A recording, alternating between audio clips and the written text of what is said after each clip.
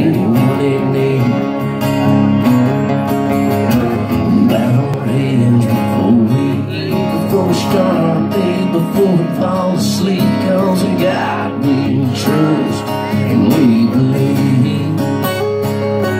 Yeah, when we see what's wrong, we know what's right. And old Hanky said it all when he said country folks can't survive. Every state is a station playing Cash, Hank, Willie, and Waylon. Foreign cars and four-wheel drive. It's cowboys, hillbillies, farm towns to big cities. There ain't no doubt in my mind, country must be countrywide.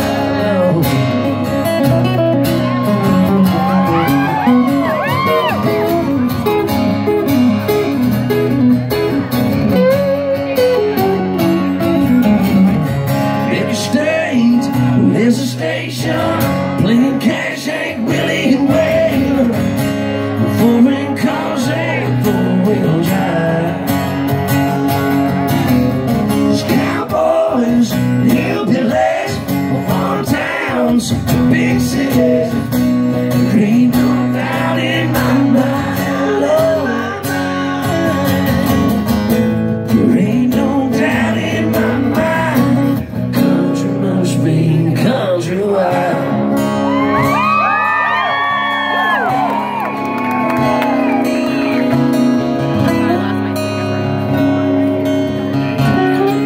Everybody said, amen. All right, y'all give it up one time, Mr. Jesse B. Franklin III. I love you, brother. All right, now we do the fun part. Everybody remember your little reminders? Like I need post-it notes taped up everywhere. Don't ask anything dirty. There's kids in the house and they give a all right. So, of course, there's some folks in here that have just had just enough to drink to disregard all the post-it notes altogether. That's why you ain't getting called on. I think you got to.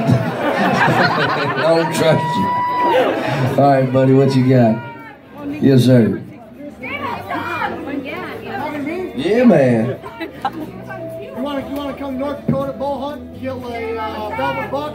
Yeah. Man, I'd love to kill deer. I do, man. If I could find some empty time in my schedule to get anywhere to hunt in the next 2 years, though, I'm probably going to be at my farm, honestly. We've been working on it now for about 3 years. We got some, finally got our food plots working, man. We restructured the whole entire farm, and Antler King hooked us up. We got an Antler King hat in the back here. Oh, hey, what's up, man? All right, I'm hanging in there like a hair and a biscuit. But yeah, man, we got the Antler King growing strong. But yeah, man, I'm excited about it. We got 30 deer there now, probably bringing another 100 over. So it's been a fun deal. Been a lot of fun. So yeah, I appreciate the invite though. Turkeys, it is turkey season. Yes, it is. Thank you for reminding me. There was last week we had a little 4-year-old girl up on somebody's shoulders, and I was talking about turkey season, and she raised her hand. I called on her. She said, "I killed turkey this morning." And I was in a weird position because you know you can't really be jealous and angry at a 4-year-old, but deep inside I was just, she's 4. She didn't mean to offend you, buddy. Yes, sir.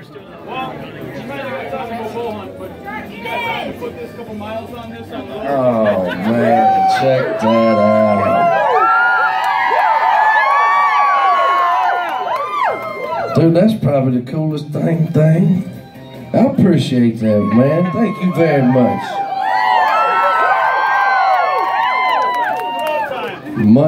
Much respect. Yes, sir. That's badass. Sorry. There's number 1. That's cool. I'm gonna be stopped. What's OIF? Operation Iraqi Freedom. It's a war. Hell yeah. It's a war. Now I feel like an asshole. Appreciate it. Thank you very much, man. I appreciate it. We'll do it. We will do it. With that being said, man, any veterans or active duty guys in the house, man, or girls. With that being said, I want you to understand before I say this that, and you'll hear me say this again tonight.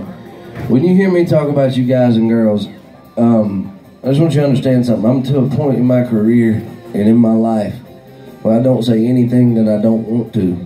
There's nobody in my life that tells me what to say, and I don't say things because it's the cool thing or the right thing to say. When I say that I respect you, when I say that I'm thankful for you, I mean it from the bottom of my heart. So thank you all for what you do. It means the world to me. A cool, funny story. It's kind of funny. My bus driver, I got a new bus driver, and his dad was old school military. At 20-something years, Army, he was a drill sergeant. And he got ready when he turned 18. His dad was just the proudest he'd ever been, and he toted him up to the recruitment office.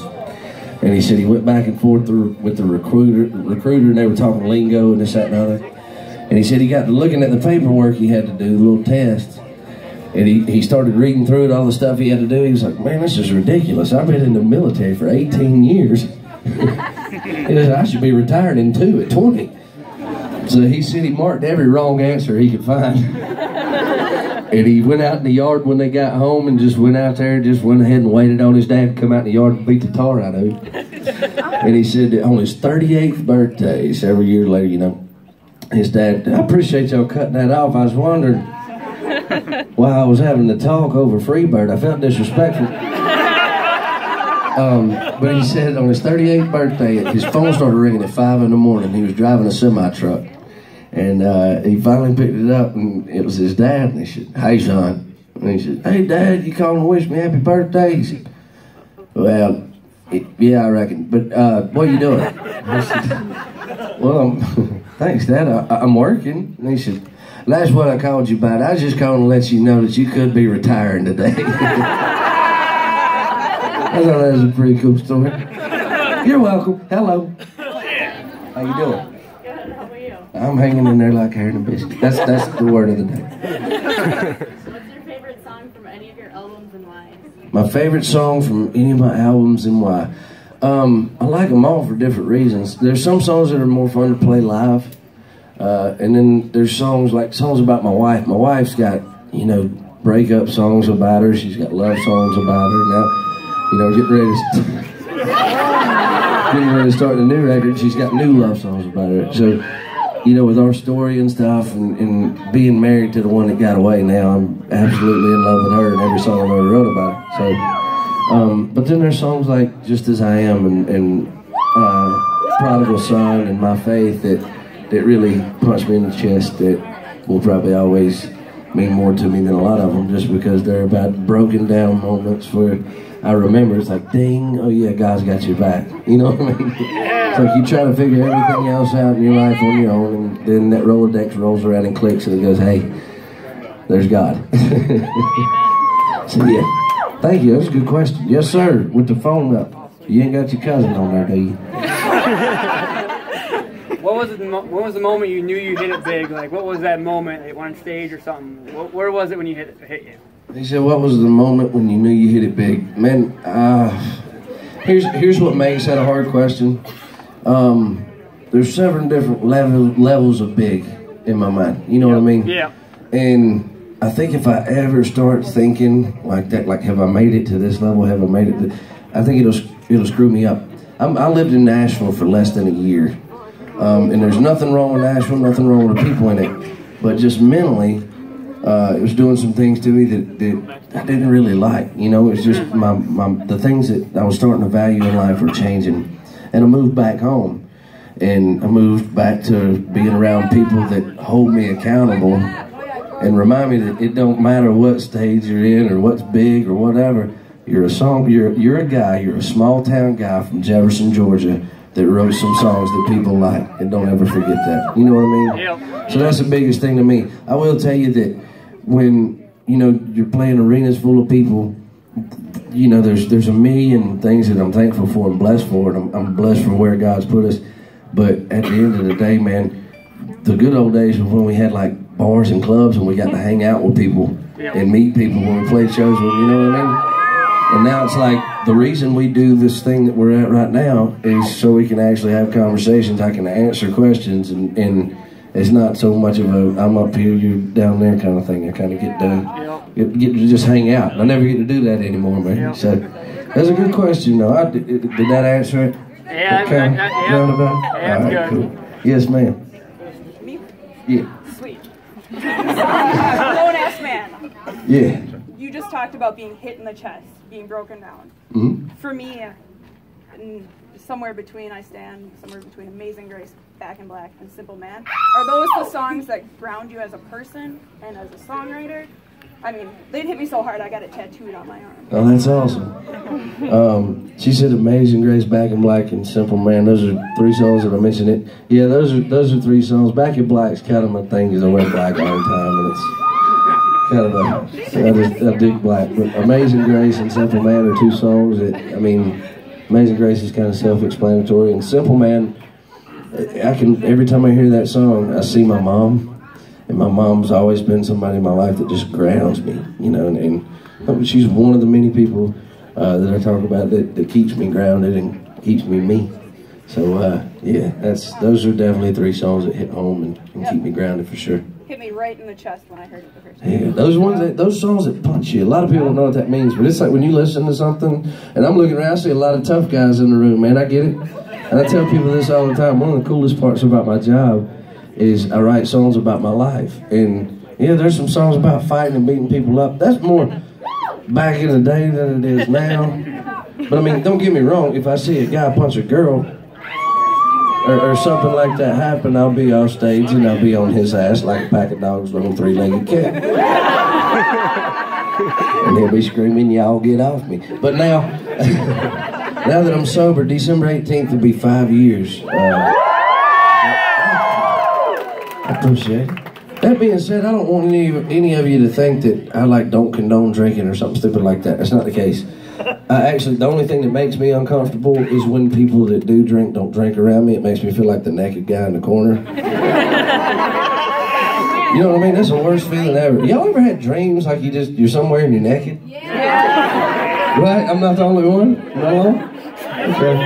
Yeah, it's like the most awkward feeling in the world. That's what it feels like when people are like trying to hide drinks around me. It's like, dude, I see you.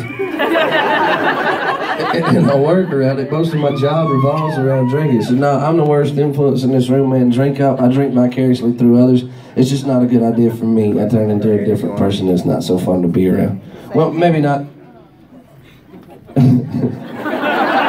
Yeah, it's just not good. It's just not good. Go ahead, brother. Did I cover that? I feel like I skipped. What was the question? What's that? As a singer and songwriter, is that in your mind every time you write a song? Or is that just ingrained in you as a person? Yeah, it's like, you know, every time I write a song, I never really sit down and write a country song or a rap song or R&B song or a rock song. I just write songs about me. And I found out, you know, that writing songs, there's been, you know, I can count them on both hands. The times that I've sat down with A-list writers even, and we're like, all right, we're going to write a song for Tim McGraw. And then you get done with it and you're like, yeah.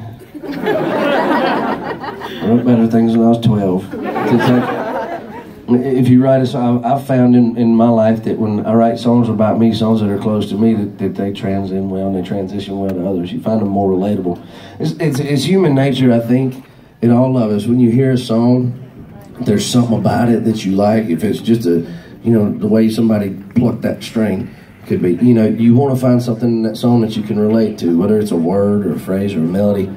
You just kind of catch on to it. So I like writing songs that people can listen to that are about me, where they feel like they get to know me better, but it also, like, it's the grounded thing again. It's like, damn, this dude ain't no different than I am, you know, in most ways. I mean, it was a grown-ass man, and I'm a grown-ass female from Minnesota. That's right. You're a grown-ass woman. That's right. I wish I was a little bit more grown-ass than I was. I got cheated on the height part of my family. My brother's 6'6". And I'm 5'10". Well, I'm 6 foot on Wikipedia, but they gave me an inch. Yes, ma'am. What's your most embarrassing thing that's happened on tour? my most embarrassing thing that's happened on tour. It's really hard to embarrass me because, like, at this point, like, everything's funny. So if I screw up or something, it's like, well, happens. You know, we've been doing it long enough now that you know stuff's gonna happen during a show. I mean, it's just bottom line. Last night, a girl threw a bra on stage and it landed on the top of my guitar. That's happened twice in my life. And both times they've been huge articles of underwear. Like that, you know what I mean? Like, these some bitches were holding tankers. And the whole time I told the crowd, I said, y'all be careful, because somewhere on this side of the stage, there's two animals loose that could very seriously hurt somebody. It was bad. She threw that thing up there proud, too, and it hung right there, and you couldn't even see my guitar, it was so big. And it's like, had like sweat rings on it. I just walked to the side of the stage, and my head of security, PJ, come up, I was like, get that shit off. When things like that happen, I will tell you, we played a show in Cancun, Mexico, man. And I had a couple of my biker buddies out there, and they don't go to the beach often. And so, you know, I was like, I'm going to show out for these boys. I got the outlaws in the house, we're going to throw down. And the tide was coming in, and they decided it'd be real pretty to put the stage right on the beach and not give me a rug. So I went dancing out there like you'll see me do tonight. I feel awesome when I jump out there like that, but it looks kind of goofy if you really think about it. And I like fell 3 times in the same fall. It was like, anybody ever do that? Like you fall and then you just can't quit falling. And it's like, started falling backwards and wound up on my face. It was awesome. And I told them when I stood up, I said, if this is not on YouTube, I'm gonna kick somebody's butt. And it never showed up, so I'm deeply wounded by that. So that's the embarrassing part, that I did something awesome like that and nobody put it on YouTube because you didn't care. Anybody else falls on stages all over Twitter and everything else, and like, speaking of Twitter, they won't even give me my own dang password. No, I'm not hurt about it at all. We had a conversation about this earlier, and I'm kind of curious about this. Would y'all rather me text you every time, or tweet you, or make a post every time I go through a McDonald's drive-thru? Or would you rather me be somewhere where cell phones don't work, living and writing a song about it? George, there's our research. Yo, this is George. He's the president of the radio side of our label. He's an awesome man. His name's George Briner. We had one of my favorite PDs from a radio station came and talked to us today, y'all, and we sat there for 2 hours talking about things, and it was crazy. I know this is neither here nor there, and nobody asked me this question, but it's absolutely amazing to see where things are now compared to where they were, 5-10 years ago. And I just want to take the opportunity to thank each and every one of you for your part in that. It's awesome, man. I'm blessed to have you. I appreciate you listening to the music, and I hope it's done something for you other than just give you a good time at a party. But if that's all it did, I'll take that too, man. Yes, sir. Go ahead, bro. I got a 2-part question for you. First is, when are you going to stop putting miles on it, come to Minnesota, go riding a little bit? Man. That's 2 people talking to me about putting miles on, man. And I got to be honest with you, I used to consider myself a biker. And people ask me, like in interviews and stuff, yeah, I'm a biker. Until I met the real ones. And, these are guys that have, mileage limits they have to meet every year. And, man, to be honest with you, it's got to a point, and being married now is another thing. She loves riding, but it's like, man, there's so many things going on in life. If I rode every time I wanted to, it'd probably be a bad deal at home and for my job. You know what I mean? I would never get anything done. So I do ride every time I get the opportunity, but it's, man, I just don't have a whole lot of time, I wish we had more hours in the day. I know there's a lot of us that feel like that, but yeah. Yes, sir, I know this guy, Mr. Deer Farm. You like my shirt, don't you? Yeah, I like that. Hey, what do you know about Clay Burns, man?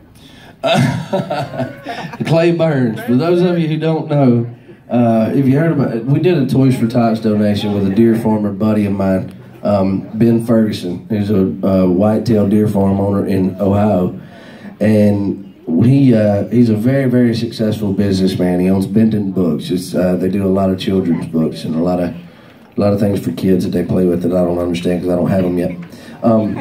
But he had this secretary that worked at his place that he wanted to play a joke on. So I was in all my camo and stuff, I had my sunglasses on, and I just went into gangster mode. And I went in and I told her, basically, I said, "Where's Ben at?" And she said, "He's not in the office right now." So you need to call him.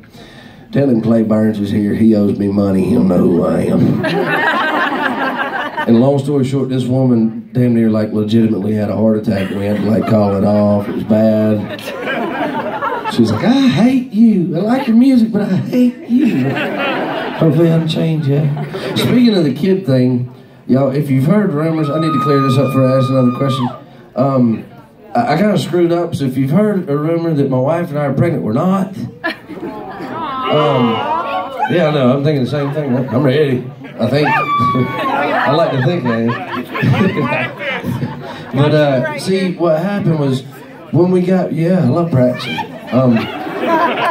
But when we got married, I did a lot of interviews, and people were like, "So man, how's married life?" And I heard people say nesting before, and I thought nesting meant like when she's changing the curtains and shit. So that's how that rumor got started, and it's like nationwide. I mean, it's in every magazine that nobody reads. It's like if I ever do land an article, it's twisted. You know what I mean? Like Peter put it out, "We hate him." I hate you too. You gotta be careful that somebody's gonna come in and throw some red paint on us. Yes, sir. I'm embarrassed to ask, but oh God. Is it coming? Yeah. You hitting? Wedding song for her and I has fallen to me. I was wondering if you could sing it. The difficult part of that question is they only give me an hour and a half, and we like pretty much by the time we roll in this whole deal, it's like set up to play the hour and a half of songs that we got set up. We can, divvy from time to time, but that's one of those songs, man. We got one hell of an amen that we're doing tonight. Thank you. But there's a couple of those that once you play them, you get to a spot, it's really cool and it's moving and it's awesome, but it's really hard to recover from it, if that makes any sense. Like to get back to where we end on a big note, you know what I mean? And there's some songs like that one. "Fall Into Me" is actually one of my songs to my wife that I wrote before we broke up. What crap on this stage. But that's one of those songs. This was another thing we were talking about earlier. There's songs that I love playing live, and then there's songs that I love the fact that they're on the record. For a lot of guys, I'm looking around the room, a lot of guys like me that, rough around the edges, but when you get by yourself, you can listen to songs like that and go, "Man, you know what, it's all right. I'm a tough son of a gun, but at the same time, I got a heart and I got stuff inside that moves and feels and beats." And, it's, so that one kind of plays its part behind the scenes. It's one of those. Yes, ma'am. Yes, ma'am. Who is your favorite artist to collaborate with? My favorite artist to collaborate with? T.I. was pretty fun. That all went down over the phone. No joke, this dude calls me at 3 in the morning. "What up, B?" Who's this? "Man, it's Tip, man." "Oh, all right." And there's like music going on in the background. Hey, yo, I got that track, man.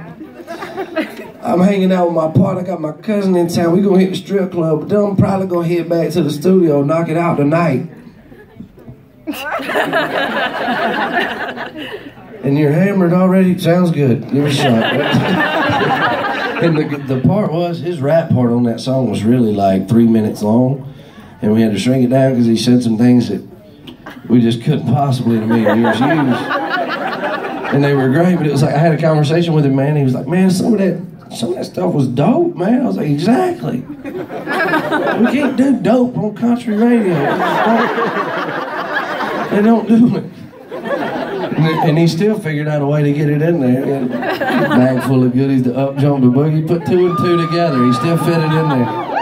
It's like Justin Moore fit Suey on the freaking record. I didn't know what it meant and I didn't hear it. And I'm from Georgia, so I'm a bulldog guy. And he's like throwing it up to Arkansas in the middle of a song. All right, my head of security's got a question in the back. Is it true that you become extremely unruly if you don't have your snipper bar before the show?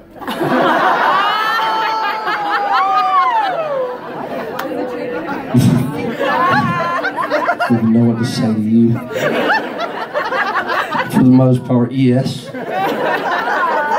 That's my cue, ladies and gentlemen. We're going to answer two more and we'll bounce out of here. The little one's got a question. Yes, ma'am. Oh, yeah? Thank you so much. Oh, you spelled my name and everything. When is your birthday party? May 20th. She knows the date and everything. On May 24th, I will be in the studio making some more songs for you to listen to. And I tell you what, I will have you on my mind. And I hope you have an awesome birthday. And maybe one of these days I can swing by and get one of them. That sound good? Awesome. You're the cutest thing in this world. All right, yes, ma'am. Thank you for all of your work with military and fallen families. Yes, ma'am.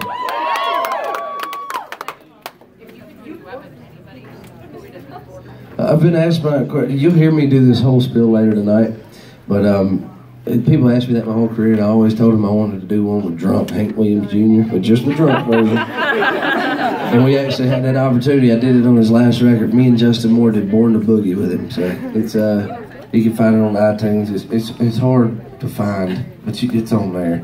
It's on the last record he put out. It's like It's About Time or something, I think.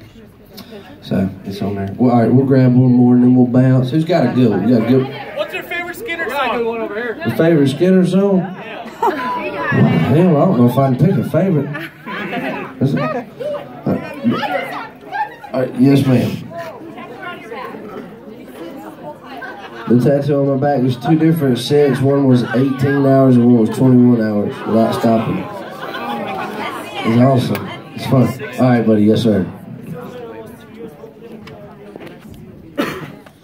I don't know about a release date, but we are going in the studio. We load in and start recording the first song on May the 3rd. It's a pretty cool deal. We got a song called It's About to Get Dirty. That sounds just like I said it. We're going to do a mud bog with it. We're actually doing some cool stuff. I got some friends here tonight from Polaris. I don't know if you guys know a lot about Polaris, but they hooked me up with some stuff that we can get dirty on and raise some hell in, so we're going to do that. All right, yes, ma'am, and then we bounce it. Tattoos on your back, your guns? Oh, no, ma'am. My wife probably wouldn't like that. I appreciate you asking. Yes, ma'am. All right, here we go.